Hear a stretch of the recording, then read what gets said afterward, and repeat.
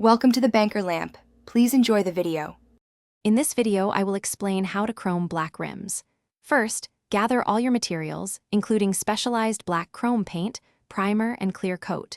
Ensure you have safety gear like gloves and a respirator. Next, find a well-ventilated area, ideally outdoors or in a garage with open doors. This preparation is crucial for both safety and the quality of your final finish. Let's get started on transforming your rims. Before any coating, meticulous preparation is key.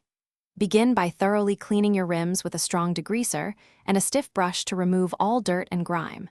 Rinse them completely and allow them to dry fully. Next, lightly sand the entire surface with 400 grit sandpaper to create a good adhesion profile.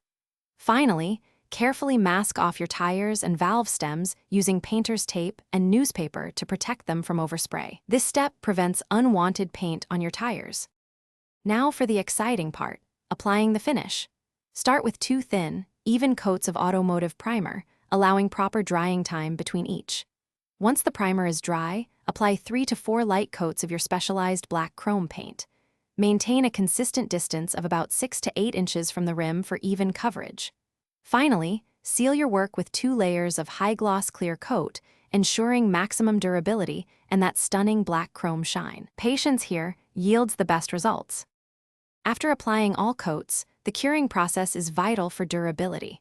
Allow your newly finished rims to cure for a minimum of 48 hours, ideally longer, before mounting them or driving. Avoid harsh chemicals when cleaning. Instead, use mild automotive soap and water to maintain their pristine black chrome appearance. Regular cleaning will keep them looking fantastic for years. Also, for other great deals, and to make meal prep easy, check the link in the description for those leak-proof containers. Thanks for watching. Thanks for watching. If this was helpful, leave a like and consider subscribing. See you next time.